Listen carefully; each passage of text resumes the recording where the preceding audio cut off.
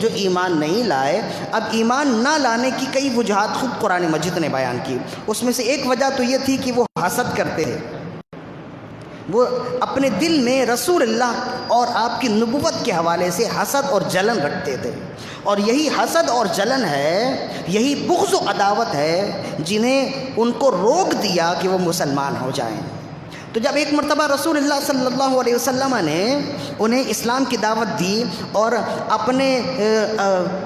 انہیں دعوت دی کہ مجھے بھی تم اللہ کا رسول تسلیم کرو جیسے دیگر انبیاء کرام ہیں، تو وہ کہنے لگے ہم تو آپ کو اللہ کا رسول تسلیم کر لیں، لیکن اللہ نے ہم سے وعدہ لیا ہے، عہد لیا ہے کہ ہمارے زمانے میں کوئی بھی نبی آئے تو صرف اس کا یہ کہہ دینا، اس کا یہ دعویٰ کر لینا کہ وہ اللہ کا نبی ہے، اس پر تم ایمان نہ لانا، یہاں تک کہ وہ معجزہ پیش کرے۔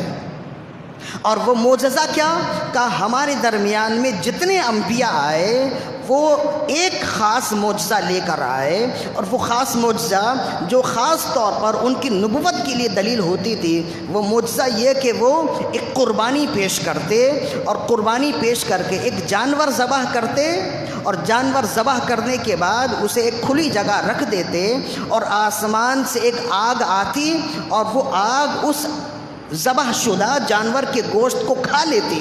جب وہ کھا لیتی تو یہ اس بات کی دلیل ہوتی کہ یہ شخص جو دعوی نبوت کر رہا ہے یہ سچا ہے۔ تو کہنے لگے کہ جتنے انبیاء کرام آئے، جب انہوں نے دعوی نبوت کی، جب انہوں نے نبوت کا اعلان کیا اور نبوت کا دعویٰ کیا، اور ہم نے ان سے دعوے کی تصدیق کے لیے یہ معجزہ طلب کیا، تو ان میں سے ہر ایک نے یہ معجزہ دیا ہے، لیکن جب آپ آئے تو آپ نے دعوت تو کیا لیکن یہ معجزہ نہیں دیا، لہذا ہمیں شک ہے، اور اللہ نے ہم سے یہ وعدہ کیا ہے، اللہ نے ہم سے عہد کیا ہے کہ جب تک کوئی نبی اپنے نبوت کے دعوے کے لیے یہ معجزہ پیش نہ کر دے اس وقت تک تم ان پر ایمان نہ لانا، تم ان کی نبوت اور رسالت کو تسلیم نہ کرنا۔ تو آپ نے چونکہ ایسا نہیں کیا ہے، اس وجہ سے ہم آپ کو اللہ کا نبی نہیں مانتے۔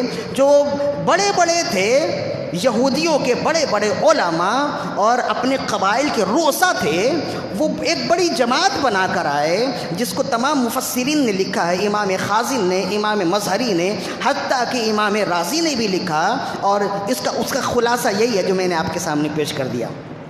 اسماعیل حقی رحمۃ اللہ علیہ نے روح البیان میں بھی اس کے شان نزول میں یہی لکھا کہ وہ سب آئے اور آ کر کہنے لگے آپ نبوت کا دعویٰ کرتے ہیں اور آپ ہمیں دعوت دیتے ہیں کہ ہم اپنا دین چھوڑ کر آپ کے دین میں آ جائیں، تو ہم آ تو جائیں لیکن ہم آپ کے دعوے کو سچا نہیں سمجھتے، اس لیے کہ جتنے انبیاء کرام بنی اسرائیل میں آئے وہ سب اپنے نبوت کے دعوے کے لیے یہ معجزہ دیتے تھے، یہ نشانی دیتے تھے، یہ دلیل دیتے تھے، اور دلیل کیا تھی؟ وہ قربانی پیش کرتے اور آسمان سے آگ آتی اور اس قربانی کے گوشت کو کھا لیتی، یہ اس بات کی دلیل ہوتی کہ یہ اللہ کی جانب سے بھیجا ہوا ہے۔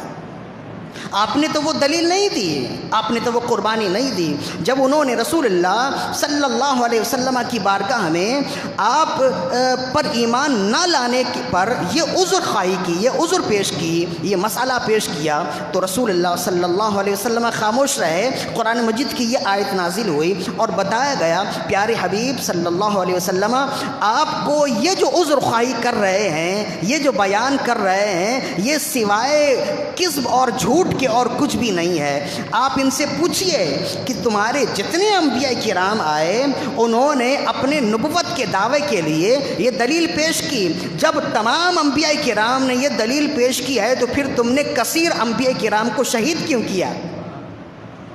تم نے شہید کیوں کیا؟ تمہارا کہنا یہ ہے کہ جتنے انبیاء کرام آئے اور تمام انبیاء کرام پر ہم ایمان لائے، اس کی وجہ یہی ہے کہ ہر نبی جب آئے تو انہوں نے اپنے دعوی نبوت کی دلیل کے لیے یہ دلیل پیش کی ہے کہ انہوں نے قربانی پیش کی اور آسمان سے آگ آئی اور اس نے اس قربانی کیے شدہ اس کے گوشت کو کھا لیا۔ جب تم یہ کہتے ہو کہ ہمارے زمانے میں جتنے انبیاء کرام آئے انہوں نے یہ دلیل پیش کی اور اس دلیل کے دعوے میں یہ ثبوت پیش کیے، تو پھر تم نے ان ثبوت شدہ انبیاء کرام کو قتل کیوں کیا؟ مطلب یہ ہے کہ تم انبیاء کرام کو ہر نبی کو ماننے والے نہیں بلکہ من پسند نبی کو ماننے والے ہو. جس نبی کو تم چاہتے ہو اسے مانتے ہو اور جس نبی کو تم نہیں چاہتے اسے مانتے نہیں. مطلب یہ ہے کہ تم انبیاء کرام کو ماننے والے نہیں من کو ماننے والے ہو. تو اس وقت یہ آیت نازل ہوئی اور اس آیت میں ان کا یہ تقاضا بھی بیان کیا گیا, ان کا جھوٹ اور ان کا کذب بھی بیان کیا گیا, اور اللہ رب العزت نے ان کے اس دعوے کی دلیل میں جو اپنا دعویٰ پیش کیا وہ بھی بیان کیا گیا. چنانچہ اب یہ آیت سمجھ میں آئے گی. قرآن مجید میں سورہ آل عمران میں 4 پارے میں اللہ نے بیان کیا, الذین قالوا ان اللہ عہد الینا الا نؤمن لرسول حتی یأتینا بقربان تأکلہ النار. وہ کہنے لگے الذین قالوا ان اللہ عہد الینا, وہ کہنے لگے کہ اللہ نے ہم سے عہد لیا ہے, اللہ نؤمن لرسول, کہ ہم کسی رسول پر اس وقت تک ایمان نہ لائیں گے حتی یأتینا بقربان تأکلہ النار, یہاں تک کہ وہ اپنے دعوی نبوت کی دلیل میں قربانی پیش کر دے اور وہ قربانی آگ کھا لے. حتی یأتینا بقربان, یہاں تک کہ وہ قربانی لے آئے, تأکلہ النار, جسے آگ کھا لے. جب انہوں نے دعویٰ کیا تو اللہ نے فرمایا قل قد جاءکم رسل من قبلی بالبینات وبالذی قلتم.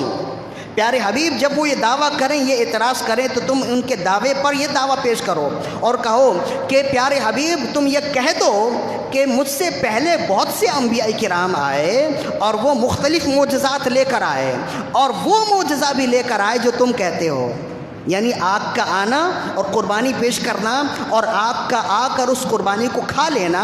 مجھ سے پہلے بہت سے انبیاء کرام آئے جو دوسری نشانی لائے, یعنی دوسرا معجزہ لائے, اور وہ بھی معجزہ لائے جو تم چاہتے ہو. قل قد جاءکم رسل من قبلی بالبینات وبالذی قلتم, مجھ سے پہلے بہت سے انبیاء کرام آئے جو دوسرے معجزات لے کر آئے, دوسری نشانی لے کر آئے, اور بعض انبیاء آئے جو یہ نشانی لے کر آئے, آگ والی نشانی لے کر آئے, قربانی والی نشانی لے کر آئے. تمام انبیاء کرام آئے تو فلیم قتلتموہم ان کنتم صادقین, جب تم نے ان کی نبوت کو پہچان لیا تھا, ثابت کر دیا تھا, تصدیق کر دیا تھا, تو پھر تم نے انبیاء کو شہید کیوں کیا, پھر تم نے انبیاء کرام کو کیوں قتل کیا؟ تو اس دعوے کی دلیل میں ان کے پاس تو کوئی دلیل نہیں تھی, اس دعوے کے مقابلے میں ان کے پاس کوئی جواب نہیں تھا, کوئی دلیل نہیں تھی. وہ اپنا سا منہ لے کر چلے گئے, اور قرآن مجید نے اس آیت مقدسہ میں ہمیں چند نشانیاں بتا دی ہیں.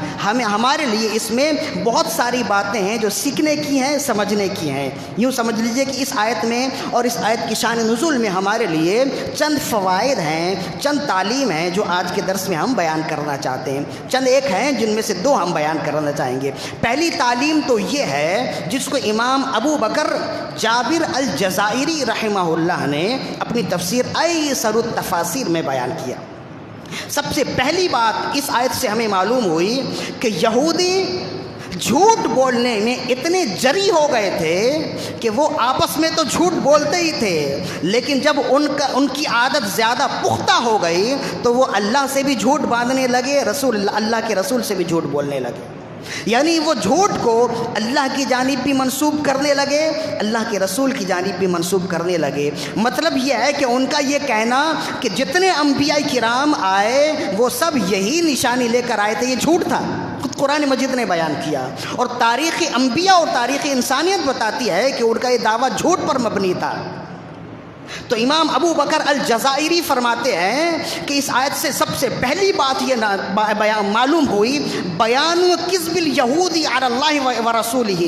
اس سے سب سے پہلی بات یہ معلوم ہوئی کہ یہودی جھوٹ بولنے میں اتنے پختہ ہو چکے تھے کہ وہ آپس میں تو جھوٹ بولتے ہی تھے, لیکن جب ان کی پختگی زیادہ ہوئی تو وہ اللہ کی جانب بھی جھوٹ کو منسوب کرنے لگے اور اللہ کے رسول کی جانب بھی جھوٹ کو منسوب کرنے لگے. وہ کہنے لگے اللہ نے جتنے نبی کو بھیجا ہے خاص یہ نشانی دے کر بھیجا, یہ جھوٹ تھا. اور وہ کہنے لگے جتنے انبیاء کرام آئے خاص قربانی والی نشانی لے کر آئے, یہ بھی جھوٹ تھا. تو قرآن مجید نے کہا وہ جھوٹ کہنے والے تھے, جس سے پہلی سیکھ ہمیں ملی کہ اللہ اس کے رسول کی بارگاہ میں جھوٹ منسوب کرنا یہ اوروں کا طریقہ ہے, مسلمانوں کا طریقہ نہیں.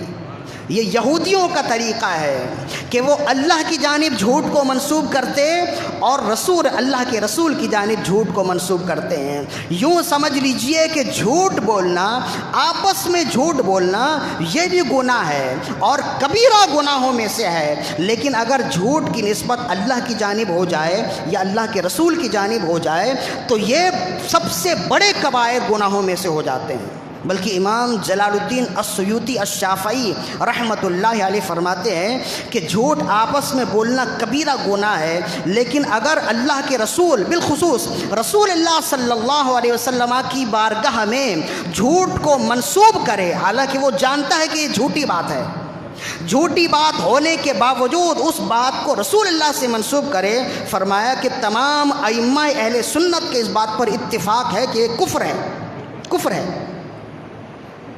لا اعلم شيئا اکبر الکبائر قال احد اہل السنہ بتکفیرہ، فرمایا کہ کوئی ایسا عمل نہیں ہے جو کبیرہ گناہوں میں سے ہو جس کبیرہ گناہ کے عمل کو ائمہ اہل سنت نے کفر کہا ہو، الا الکذب علی رسولہ صلی اللہ علیہ وسلم، سوائے رسول اللہ کی ذات سے جھوٹ منسوب کرنا۔ ہم اسے بہت آسان سمجھنے لگ گئے، ہم اپنے اعمال اور اپنے کردار و گفتار میں اتنے جری ہو گئے۔ 2 ٹکے کا آدمی ہوتا ہے جس کا علم ٹکے کا نہیں ہے، وہ رسول اللہ صلی اللہ علیہ وسلم کی بارگاہ میں انتہائی جرت کے ساتھ یہ کہہ دیتا ہے یہ رسول اللہ کی حدیث ہے، حالانکہ اسے معلوم ہی نہیں ہے کہ حدیث کس چیز کا نام ہے اور قرآن کی آیت کیا ہے، قرآن کی تفسیر کیا ہے، ائمہ کے اقوال کیا، اسے معلوم ہی نہیں، وہ اسے آسان سمجھنے لگ گیا اور اسے انسان نے کھیل سمجھ لیا ہے کہ کسی بھی ادھر ادھر کی بات کو وہ رسول اللہ کی بارگاہ میں منسوب کر دیتا ہے۔ یہ اچھی طرح یاد رکھیے، ائمہ اہل سنت نے کہا اگر جان بوجھ کر ایسا کرے گا تو یہ کفر ہے۔ امام سیوطی نے لکھا، ملا علی قاری علیہ رحمت باری نے اسرار المرفوعہ باحادیث الموضوعہ کے مقدمہ میں اس عبارت کو لکھا ہے، اس لیے کہ رسول اللہ صلی اللہ علیہ وسلم نے خود فرمایا اوروں کے ساتھ جھوٹ بولنا مجھ سے جھوٹ بولنے کی طرح نہیں ہے، میری ذات کے ساتھ جھوٹ کو منسوب کرنا اس کا حکم الگ ہے اور لوگوں کی ذات کے ساتھ جھوٹ منسوب کرنے کا حکم الگ ہے، لہذا ڈر جاؤ اور کسی ایسی بات کو اپنی زبان سے نہ نکالو جو رسول اللہ صلی اللہ علیہ وسلم نے بیان نہیں کیا ہے۔ آپ جانتے ہیں حضرت صدیق اکبر رضی اللہ تعالیٰ عنہ زندگی بھر رسول اللہ صلی اللہ علیہ وسلم کے ساتھ رہے، آپ کے علاوہ بھی بڑے بڑے اکابر صحابہ کرام ہیں، زندگی بھر ساتھ رسول اللہ کے رہے، لیکن اگر ان کی روایت کو آپ دیکھیں تو انگلی میں گن لیجئے گا، ان کی روایت زیادہ نہیں ہے، زندگی بھر رسول اللہ کے ساتھ رہے، اٹھنا بیٹھنا چلنا پھرنا حالت سفر میں بھی ساتھ ہیں، گھر میں بھی ساتھ ہیں، تو کثیر الروایہ ہونی چاہیے نا۔ حضرت صدیق اکبر ہیں، عمر بن خطاب ہیں، عثمان غنی ہیں، یہ کثیر الروایہ نہیں ہیں، ان کی روایتیں انگلیوں میں گننے والی ہیں۔ اس کی کیا وجہ ہے؟ فقط ایک ہی وجہ ہے کہ وہ ڈرتے تھے کہیں ایسا نہ ہو کہ رسول اللہ نے بیان نہ کیا ہو اور میں کہہ دوں قال رسول اللہ صلی اللہ علیہ وسلم، تو وہ ڈرتے تھے۔ اسی وجہ سے بہت کم ایسے صحابہ ہیں جو کثیر الروایہ ہیں، جن میں ابن عمر ہیں، عبداللہ بن مسعود ہیں، عبداللہ ابن عباس ہیں، جناب عائشہ صدیقہ رضی اللہ عنہا ہیں، حضرت ابو ہریرہ ہیں، یہ کثیر الروایہ صحابہ ہیں۔ چونکہ ان کا حافظہ بہت زیادہ مضبوط تھا، انہیں مکمل طور پر یقین تھا، تو یہ بیان کرتے تھے، اور جن پر غلبہ خوف زیادہ تھا، حالانکہ ان کا حافظہ بھی بہتر تھا لیکن خوف کا غلبہ زیادہ تھا، وہ صحابہ کرام ایسے تھے کہ انہیں یاد بھی ہوتا لیکن پھر بھی یہ خوف کرتے کہیں ایک آدھ لفظ اگر آگے پیچھے ہو جائے تو میری پکڑ نہ ہو جائے۔ اس قدر صحابہ کرام خوف رکھتے تھے، جرت نہیں کرتے تھے رسول اللہ صلی اللہ علیہ وسلم کی جانب کسی بات کو منسوب کرنے میں۔ تو آج کا انسان اتنا جری کیوں ہو گیا ہے؟ حالانکہ اس کا علم بھی محدود ہے، اس کا علم تو نہ ہونے کے برابر ہے، اس کے باوجود رسول اللہ چلتے پھرتے، رسول اللہ کا فرمان ہے چلتے پھرتے یہ حدیث میں آیا ہے۔ آپ کو کس نے بتایا یہ حدیث میں آیا ہے؟ آپ کو کس نے بتایا یہ رسول اللہ کا فرمان ہے؟ اپنی زبان کو اس حوالے سے انتہا درجے میں لگام دو، یہ رسول اللہ کا فرمان۔ آپ جانتے ہیں اس کی اہمیت کتنی ہے؟ رسول اللہ صلی اللہ علیہ وسلم نے ارشاد فرمایا من کذب علی متعمدا فلیتبوأ مقعدہ من النار، جس نے میری ذات کے ساتھ جان بوجھ کر جھوٹ کو منسوب کیا وہ اپنا ٹھکانہ جہنم بنا لے۔ کون روایت کرنے والا اس کو ہے؟ جتنے مشہور صحابہ ہیں سب نے اس کو روایت کیا۔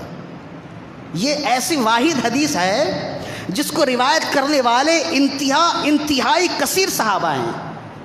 100 سے زیادہ صحابہ کرام اس ایک حدیث کو روایت کرنے والے ہیں، 100 سے زیادہ۔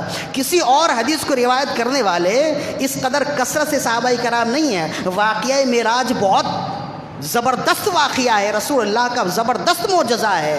40 سے 42 صحابہ کرام ہیں جنہوں نے روایت کیا ہے، لیکن یہ ایک ایسی حدیث ہے ائمہ محدثین نے بیان کیا اس کو۔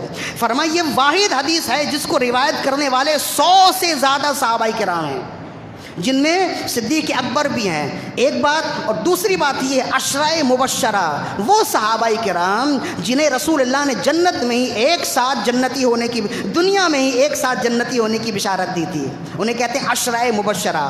خلفائے راشدین ہیں اور ان کے بعد مزید 6 ہیں۔ فرماتے کسی حدیث کی روایت میں عشرہ مبشرہ ایک ساتھ شامل نہیں ہیں سوائے اس حدیث کے۔ اس حدیث کو روایت کرنے والے 100 سے زیادہ صحابہ کرام ہیں، اور بالخصوص عشرہ مبشرہ اس حدیث کو روایت کرنے والے ہیں۔ کوئی ایک ایسی حدیث نہیں ہے جس میں عشرہ مبشرہ بھی ایک ساتھ روایت کرنے والے ہوں۔ ایسی اہمیت ہے اس حدیث کی۔ اور حدیث کیا ہے؟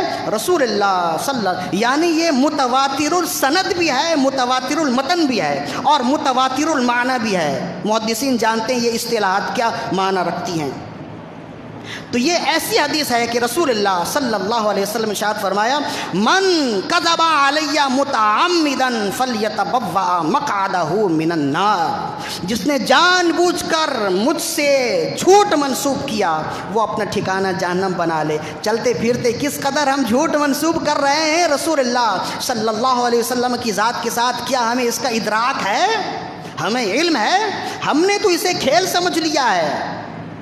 کسی بزرگ کا واقعہ ہوتا ہے تو اسے اٹھا کر رسول اللہ کی حدیث بنا دیتے، کسی بزرگ کا قول ہوتا ہے اسے اٹھا کر رسول اللہ کی حدیث بیان کر دیتے۔ لوگوں ڈر جاؤ، اس لیے کہ اس بارے میں رسول اللہ صلی اللہ علیہ وسلم کا فرمان بہت سخت ہے۔ میں نے امام سیوطی کا قول بھی نقل کر دیا۔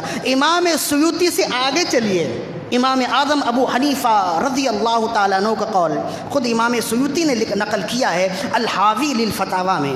امام اعظم ابو حنیفہ رضی اللہ عنہ فرماتے ہیں کہ بہت سے لوگ ایسے ہیں کہ موت کے وقت ان کا ایمان سلب کر لیا جاتا ہے۔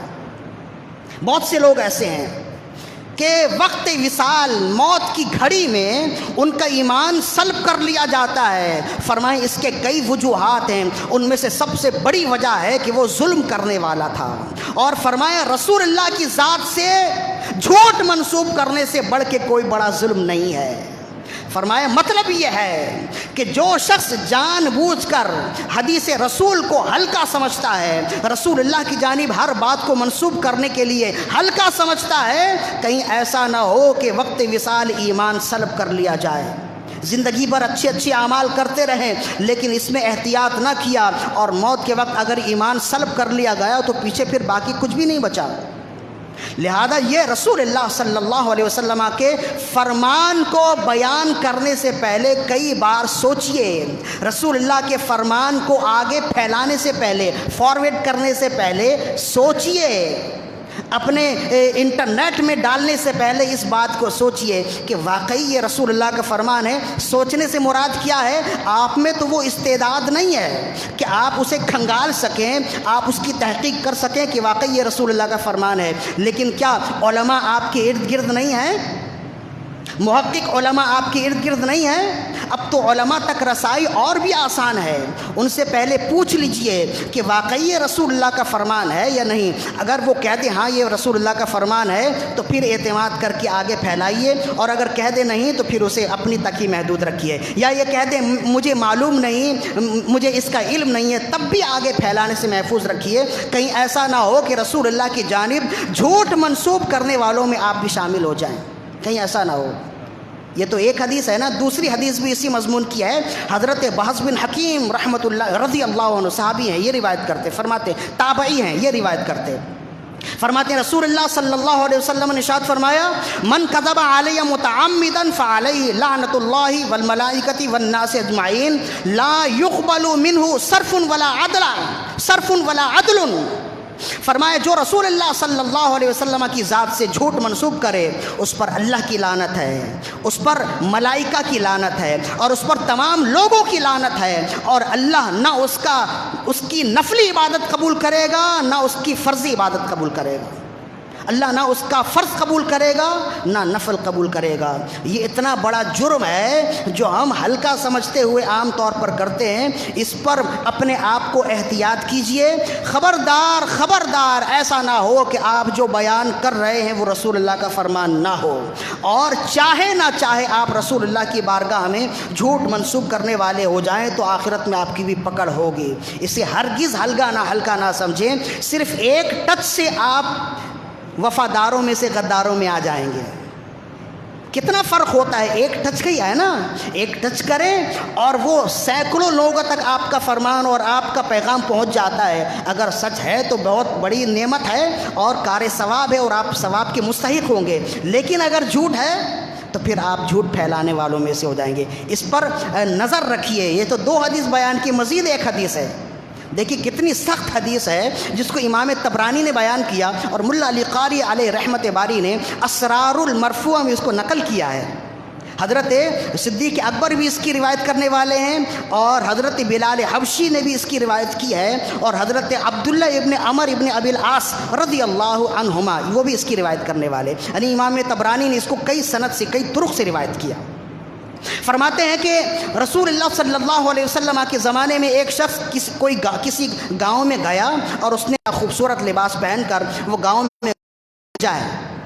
رسول اللہ نے مجھے اپنا ہمارے درمیان بھیجا ہے کہ میں تمہیں علم دین سکھاؤں، میں تمہیں تمہارا مال لوں، تمہاری زکوٰۃ لوں، تمہارے صدقات لوں، اور لے کر میں رسول اللہ کی بارگاہ تک پہنچا دوں۔ اور رسول اللہ صلی اللہ علیہ وسلم نے مجھے اختیار دیا ہے کہ میں تم میں سے کسی کے گھر میں چاہوں رہ سکتا ہوں، تمہارے علاقے میں کسی عورت سے چاہوں میں نکاح کر سکتا ہوں۔ رسول اللہ نے مجھے اس کا اختیار دیا ہے۔ جب لوگوں نے سنا اور ظاہری حلیہ بھی ایسا تھا کہ واقعی وہ بابا اس کے لیے رہنے کا انتظام کیا، اس کے لیے کھانے پینے کا انتظام کیا، اور بڑا وقار کیا، بڑا اکرام کیا، اور اس کے بعد ایک شخص کو رسول اللہ کی بارگاہ میں بھیجا۔ ظاہر ہے کہ ایسا تو نہیں تھا نا کہ ادھر فون اٹھایا ادھر 1 منٹ میں معلوم ہو گیا سچا ہے کہ جھوٹا ہے۔ ایک شخص، کچھ دور کا سفر تھا، ایک شخص کو رسول اللہ صلی اللہ علیہ وسلم کی بارگاہ میں یہ کہہ کے بھیجا کہ یا رسول اللہ، آپ کا فرستادہ، آپ کا ایک سفیر ہمارے گاؤں آیا ہے اور اس نے یہ کہا ہے، یا رسول اللہ واقعی اگر وہ آپ کا سفیر ہے، اگر وہ آپ کا بھیجا ہوا ہے تو ہمارے سر آنکھوں پر، آپ نے جو حکم دیا ہے ہم ہر حکم تسلیم کریں گے، اور اگر ایسا نہیں ہے تو آپ فرمائیں اس کے ساتھ کیا کیا جائے۔ چنانچہ کچھ دنوں بعد، چند دنوں کے بعد وہ پہنچے، اور پہنچنے کے بعد انہوں نے کہا یا رسول اللہ، ہمارے علاقے میں آپ کا ایک سفیر آیا، یہ نام ہے، یہ حلیہ ہے، اور اس نے یہ کہا کہ رسول اللہ نے مجھے تمہارے درمیان میں بھیجا ہے کہ میں تمہارے درمیان میں دین کی تعلیم دوں اور زکوٰۃ، صدقات جو بھی رقم ہوتی ہے وہ تم سے وصول کروں، تمہارے کسی گھر میں چاہوں آزادی کے ساتھ جا سکتا ہوں، کھا سکتا ہوں، کسی عورت سے چاہوں نکاح کرنا تو مجھے کوئی روک نہیں سکتا، رسول اللہ نے حکم دیا ہے۔ تو یا رسول اللہ صلی اللہ علیہ وسلم، واقعی آپ نے اسے بھیجا ہے یا وہ جھوٹا ہے؟ رسول اللہ صلی اللہ علیہ وسلم انتہا غصے میں آئے اور آپ نے آ کر فرمایا کہ وہ جھوٹا ہے، میں نے اسے بھیجا نہیں ہے۔ یہاں تک کہ پھر حضرت صدیق اکبر رضی اللہ تعالیٰ عنہ اور چند صحابہ کرام کو صدیق اکبر رضی اللہ تعالیٰ عنہ کے ساتھ کیا۔ آپ نے فرمایا اسے جاؤ اور جا کر پکڑو، اور اگر تم اسے پکڑ لو اسے قتل کر دینا، اور قتل کرنے کے بعد بھی چھوڑنا نہیں، اسے جلا دینا، قتل کرنے کے بعد بھی چھوڑنا نہیں، اسے جلا دینا۔ تو اب کہتے ہیں پھر رسول اللہ نے جاتے جاتے یہ بھی فرما دیا کہ مجھے ایسا لگتا ہے کہ تم اس پر قابو نہ پا سکو گے، تم اسے پکڑ نہ سکوگے۔ تو کہتے ہیں کہ ادھر سے صحابہ کرام چلے اور یہاں سے اللہ کی تدبیر ہو رہی تھی۔ وہ جو جھوٹا تھا جس نے رسول اللہ کی بارگاہ میں جھوٹ کو منسوب کیا تھا، اللہ نے ایک سانپ کو مقرر کر دیا، مسلط کر دیا۔ رات کی تاریکی میں اس نے اسے ڈس لیا اور اسی آن وہ مر گیا۔ جب وہ مر گیا تو ابھی تک وہ صحابہ کرام پہنچے نہیں تھے۔ جب وہ مر گیا تو علاقے والوں نے اسے دفن کر دیا۔ اب جب صحابہ کرام پہنچے، امام طبرانی کی روایت ہے اور ملا علی قاری علیہ رحمت باری نے اسرار المرفوع میں اسے مختلف طرق سے لکھا ہے۔ مجموعہ یہ ہے، جب صحابہ کرام پہنچے آپ نے فرمایا وہ شخص کہاں ہے؟ وہ جھوٹا ہے اور اس نے رسول اللہ کی ذات کے ساتھ جھوٹ کو منسوب کیا ہے۔ رسول اللہ نے فرمایا اسے قتل کر دو اور اسے جلا دو۔ وہ کہنے لگے کہ آپ کے آنے سے پہلے اللہ نے اسے انتقام لے لیا ہے۔ اللہ نے ایک سانپ اس پر مسلط مر گیا۔ جب وہ مر گیا تو ہم نے اسے دفنا دیا ہے۔ یہ روایت موجود ہے، عبارت موجود ہے۔ صحابہ کرام نے اس کی قبر کھولی اور قبر کھول کے اس کی ناش نکالی۔ اس کی لاش نکالنے کے بعد صحابہ کرام نے اسے جلایا اور کہا کہ رسول اللہ نے فرمایا تھا اسے جلا دینا۔ تو جو رسول اللہ کی ذات کے ساتھ جھوٹ کو منسوب کرتا ہے اس کی یہی سزا ہے۔ اسے جلا دیا صحابہ کرام نے۔ تو ہم نے تو ہلکا سمجھ لیا اس کو، بعد میں یہ کہتے بھی ہو کہ ہمیں تو معلوم نہیں۔ جب معلوم نہیں تو پھر بیان کیوں کرتے ہو؟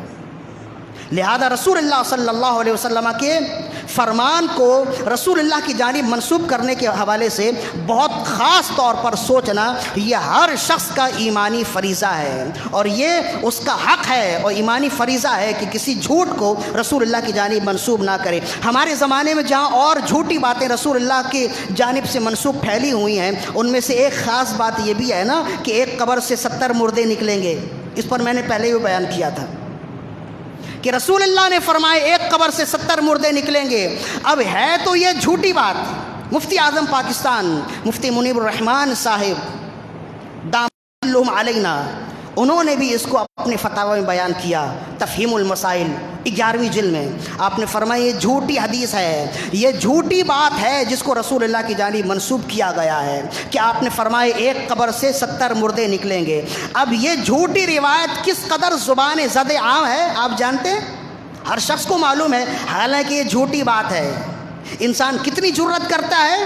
اب اس کا نتیجہ کیا ہوا؟ زبردستی ایک ہی قبر میں 4 پرانی قبر کھولنا حرام ہے، اس لیے کہ جسم ختم ہو گیا، ہڈی ختم ہو گئی، روح تو سلامت ہے۔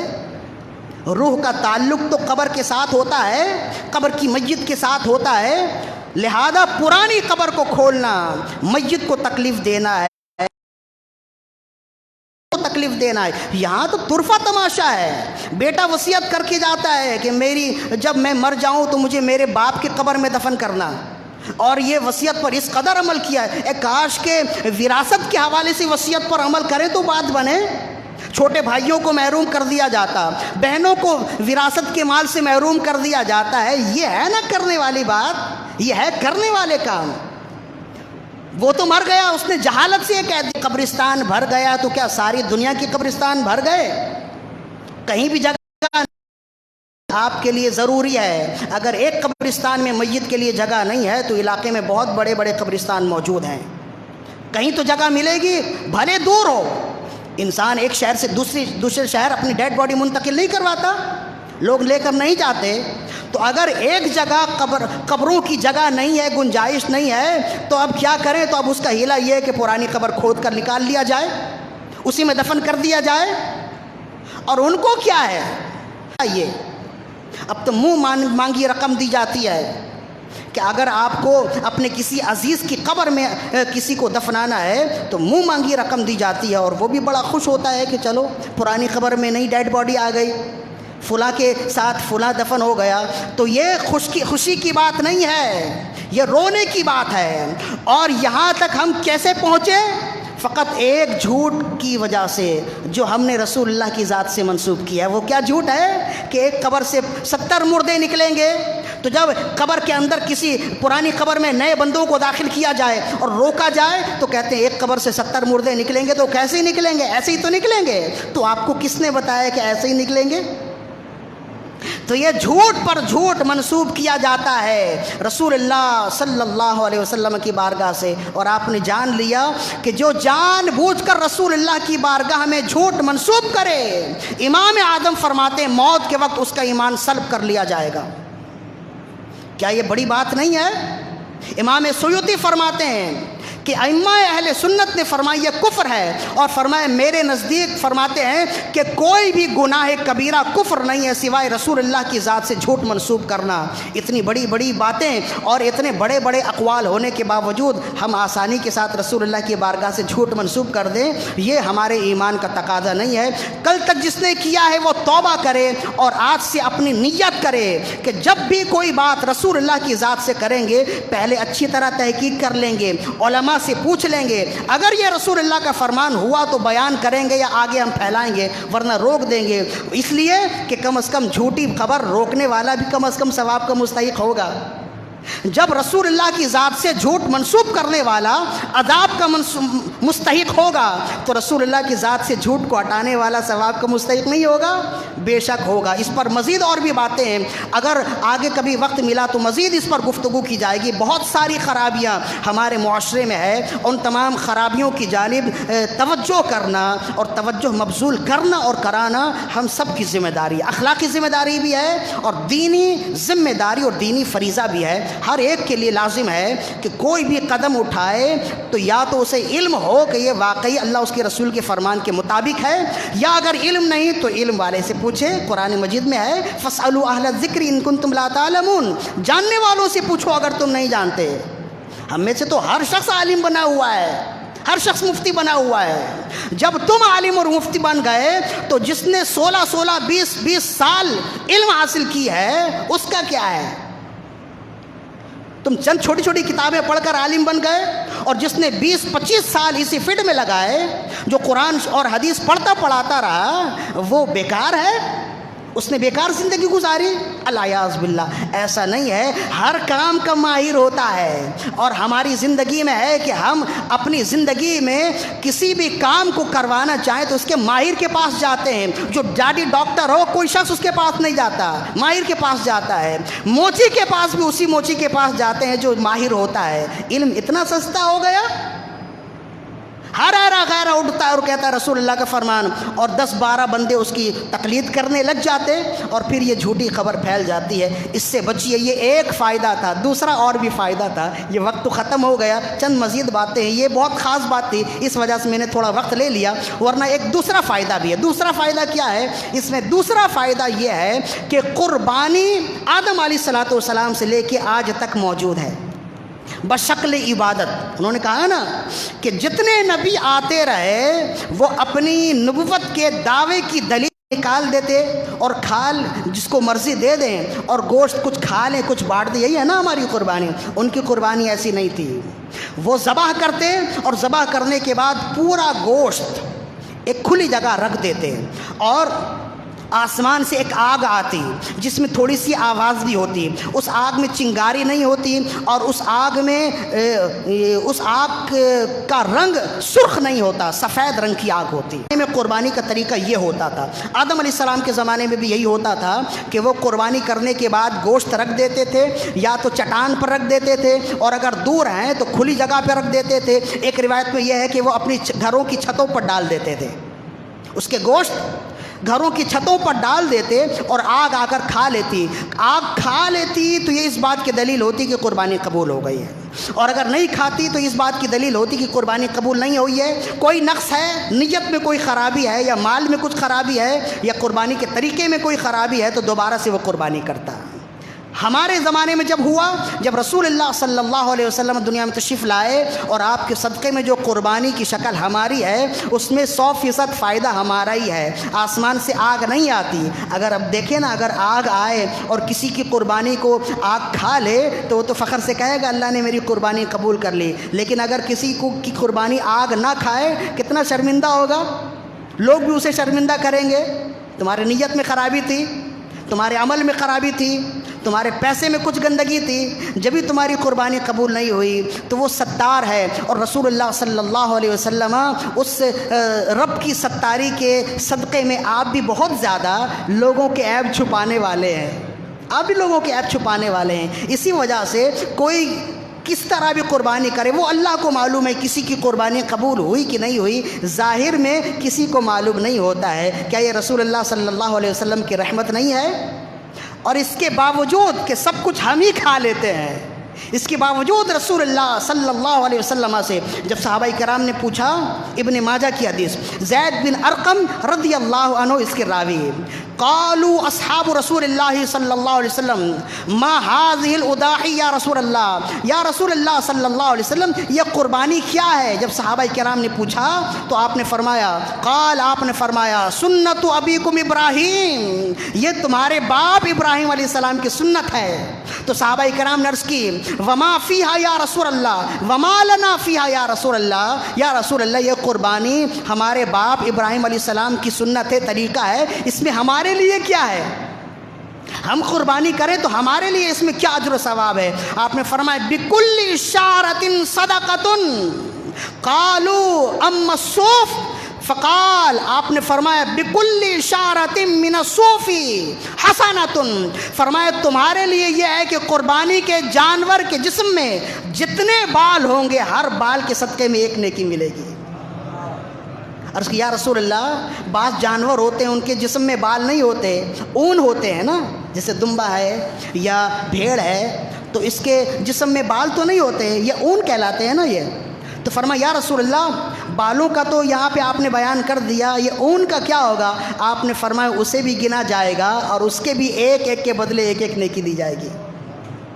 بکل شعرۃ من الصوف حسنۃ، ہر ایک بال کے بدلے میں ایک نیکی دی جائے گی۔ کتنی بڑی نیکی ہے یہ! نیکی آدم علیہ السلام سے لے کے آج کے زمانے تک کسی دوسرے کو نہیں ملی، سوائے رسول اللہ صلی اللہ علیہ وسلم کی امت کو ملی، اور اس میں ہمارا اپنا کچھ نہیں ہے، یہ رسول اللہ کس کے صدقے میں ہے؟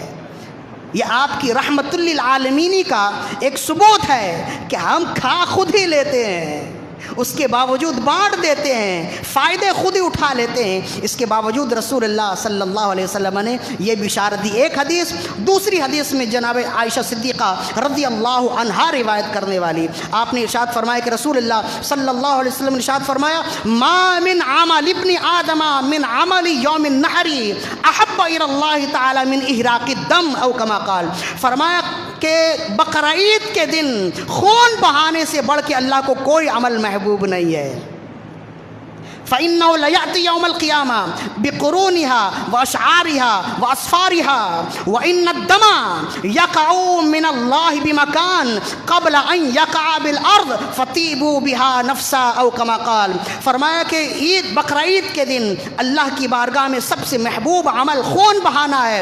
فرمایا تم خون بہاؤ، قربانی کرو، اس لیے کہ ایک قربانی کا جانور اپنے بالوں کے ساتھ، اپنی سینگوں کے ساتھ، اپنے کھروں کے ساتھ قیامت کے دن آئے گا، اور فرمایا یہ خون زمین میں بعد میں گرتا ہے، اللہ کی بارگاہ میں پہلے پہنچ جاتا ہے۔ وَإِنَّ الدَّمَ لَيَقَعُ مِنَ اللَّهِ مَكَانٍ قبل ان یقع بالارض، یہ خون زمین میں بعد میں گرتا ہے، اللہ کی بارگاہ میں پہلے پہنچ جاتا ہے۔ کیا مطلب؟ خون بہا کر ہم جو ثواب کی امید رکھتے ہیں، خون بعد میں گرتا ہے، ثواب اللہ پہلے عطا کر دیتا ہے۔ جب ایسا ہے تو کیا کریں؟ فرمایا فَطِيبُوا بِهَا نَفْسًا، خوش دلی کے ساتھ، شوق کے ساتھ قربانی کرو۔ تو آج کے لوگ شوق کے ساتھ ہی قربانی کرتے ہیں، خوش دلی کے ساتھ قربانی کرتے ہیں۔ تو عہد آدم علیہ السلام سے لے کے آج تک قربانی انسانیت کی تاریخ میں ہے، لیکن جو اجر و ثواب رسول اللہ کے صدقے میں ہمیں دیا جاتا ہے، کسی دوسری امت کو، کسی دوسری قوم کو نہیں دیا جاتا۔ لہذا قربانی کیجئے، اور قربانی کے ساتھ یہ جو قربانی جو ہے نا، یہ بھائی چارگی کا درس بھی دیتا ہے ہمیں۔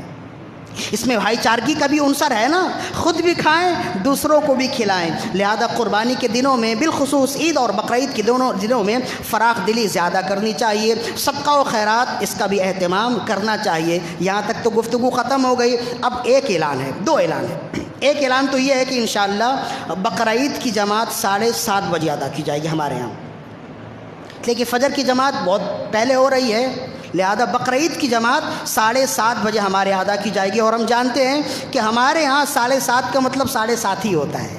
1 منٹ اگر آگے پیچھے ہو جائے تو وہ گنتی میں نہیں ہے، ورنہ ہم کوشش کرتے ہیں کہ جو وقت دیا جائے اسی وقت پہ۔ عید اور جمعے کے دنوں میں تو آگے پیچھے کچھ وقت ہو جاتا ہے، اس لیے کہ آپ لوگ بھی تو دیر سے آتے ہیں نا، تو لیکن عید میں انشاءاللہ ہماری کوشش ہوتی ہے کہ جو وقت آئے، جو وقت دیا جائے اسی وقت میں عید کی نماز ہوتی ہے۔ ایک بات ہو گئی۔ دوسری بات یہ ہے کہ قربانی کی کھال کی اب کوئی قیمت نہیں ہے، یہ آپ بھی جانتے ہیں، لہذا پہلے بھی میں نے آپ سے گزارش کی تھی، پچھلے سال بھی، کہ کھال کے بدلے میں کچھ رقم آپ خود ہی مختص کر دیجئے۔ 1 لاکھ کی قربانی آپ کر سکتے ہیں، تو قربانی کے بدلے میں، کھال کے بدلے میں 10-5 ہزار مسجد میں نہیں دے سکتے؟ 1000 ہی مسجد میں دے دے تو کچھ بھلا ہو جائے گا نا۔ قربانی کی کھال ہم لے کر کریں گے کیا؟ کوئی ورکر بھی نہیں ہمارے پاس، اور کوئی خریدنے کے لیے بھی نہیں آتا۔ اب تو 100-150 میں بھی قربانی کی کھال چلی جائے تو بہت بڑی بات ہوتی ہے۔ تو قربانی کی کھال اب ہمیں ضرورت نہیں ہے، اس لیے کہ اس کی قیمت ہی نہیں ہے، ہم لے کر کیا کریں گے؟ زیادہ وقت ہو جائے تو خراب ہونے لگ جاتی ہے۔ لہذا اب آپ نے ظاہر ہے کہ ادارہ تو چلانا ہے نا، مدرسہ تو چل رہا ہے نا، اور قربانی کی کھال یا اس کی قیمت مسجد میں بھی لگ سکتی ہے، وہ ہماری ثواب دید پہ ہے، صدقہ نافلہ ہے۔ تو اب آپ نے کرنا یہ ہے کہ جو قربانی کرتا ہے تو وہ اپنی ذمہ داری سمجھے، اخلاقی ذمہ داری سمجھے، دینی فریضہ سمجھے کہ جیسے میں نے قربانی کی ہے، یہ کوئی بڑی بات نہیں ہے۔ وہ میں نے کہہ دیا نا کہ 1,00,000-1.5 لاکھ کی قربانی جو کرتا ہے، ایک حصہ بھی لیتا ہے تو 15,000 سے کم کا حصہ نہیں ہے۔ جو 15,000 کا ایک حصہ لیتا ہے وہ 500 مسجد میں نہیں دے سکتا۔ بولیے، ضرورت ہوتی ہے کہ کس کام کو آپ اہمیت دیتے ہیں۔ یہ تو ہم اپنے طلباء کو بھی بولتے ہیں، جب ہم اپنے طلباء سے کہیں کہ بھائی یہ کتاب لو پڑھو، یہ 500 کی کتاب ہے، تو کہتے ہیں استاد جی اتنی رقم تو ہمارے پاس نہیں ہے۔ تو ہم کہتے ہیں کہ یہ اصل میں آپ کا بہانہ ہے اور کچھ نہیں ہے، اصل میں ترجیحی بات ہوتی ہے۔ آپ کے جیب میں 20-20 ہزار کا موبائل ہو سکتا ہے، 500 کی کتاب نہیں خرید سکتے؟ تو ایسے ہی اصل بات ہوتی ہے ترجیح کی، اصل بات ہوتی ہے اپنی ذمہ داری سمجھنے کی۔ تو جو ذمہ داری سمجھنے والا ہوگا وہ اس بات کو دل میں لے گا۔ کیا خیال ہے کہ ایسا ہونا چاہیے نا؟ مدرسہ بھی تو چلنا چاہیے، بولیے چلنا چاہیے نا۔ پچھلے سال بھی میں نے گزارش کی تھی، 1-2 کے علاوہ کوئی تیسرا چوتھا بندہ نہیں آیا تھا، حالانکہ ہر اطراف میں قربانیاں ہی قربانی ہوتی ہے۔ تو یہ آپ کی اخلاقی ذمہ داری بھی ہے، دینی فریضہ بھی ہے۔ دیکھیے، زکوٰۃ کی رقم سے بھی مدرسہ چلتا ہے، اور پھر کھال کی رقم سے مدرسہ اچھے انداز میں چلتا تھا، لیکن اب کھال کا تو حال ہی برا ہو گیا نا۔ لہذا مدرسہ تو چلانا ہے۔ ایک کلاس بند ہو گئی، افسوس کی بات ہے، وہ حفظ کی کلاس تھی، وہ بند ہو گئی۔ قاری صاحب کو اجرت دینے کے لیے ہمارے پاس پیسے نہیں تھے، تو حفظ کی کلاس بند کرنی پڑی، اور یہ افسوس کی بات ہے ہمارے لیے۔ تو اگر مزید تعاون نہ ہوا تو مزید کلاسیں بھی بند ہوتی چلی جائیں گی آہستہ آہستہ۔ اور یہ تو تعلیمی ادارہ ہوتا ہے، بچے باہر جا کر بعد میں علم حاصل کرتے ہیں۔ پہلے تو چھوٹے چھوٹے بچے جو ہمارے علاقے کے ہیں وہ دور تو نہیں جاتے ہیں نا، مدرسے میں آ کے کچھ سیکھتے ہیں، کچھ کلمہ سیکھتے ہیں، کچھ قاعدہ سیکھتے ہیں، ناظرہ پڑھتے ہیں۔ تو یہ ابتدائی درسگاہ ہے، اس کا خیال رکھنا بھی ضروری ہے۔ تو کیا خیال ہے، ارادہ کرتے ہیں کہ انشاءاللہ خدمت کریں گے؟ بولیے، نہیں تیز آواز سے بولیے۔ ہاں، کہ جن کے ہاں قربانی ہوتی ہے، یعنی خطیر رقم کی قربانی ہے، وہ تو کوشش کرے کم از کم 1,000 تو ضرور دے، اور اگر نہیں تو جنہوں نے حصہ لیا ہے وہ بھی دے سکتے ہیں، کم از کم 500 تو دیں۔ ایسا ہو کہ کم از کم یہ بھی ملا کر 40-50 ہزار بن جائے تو پورے سال کا ٹرن اوور ہو جائے گا، مدرسے میں اساتذہ کو دینے کے لیے، دیگر کاموں کے لیے ہو جائے گا۔ یہ ابھی ہماری ذمہ داری ہے، ہم جو یہاں آپ سے مانگنے کے لیے بیٹھے، اپنے گھر کے لیے تو نہیں بیٹھے۔ یہ میں نے سمجھا کہ یہ میری ذمہ داری ہے کہ میں آپ کو بیان کروں۔ اب آپ کی ذمہ داری ہے کہ آپ میرے بیان کو سمجھیں اور اس پر عمل کریں، اور امید کرتے ہیں کہ انشاءاللہ آپ ضرور عمل کریں گے۔ اللہ تعالیٰ سے دعا ہے کہ ہماری آج کی حاضری اپنے بارگاہ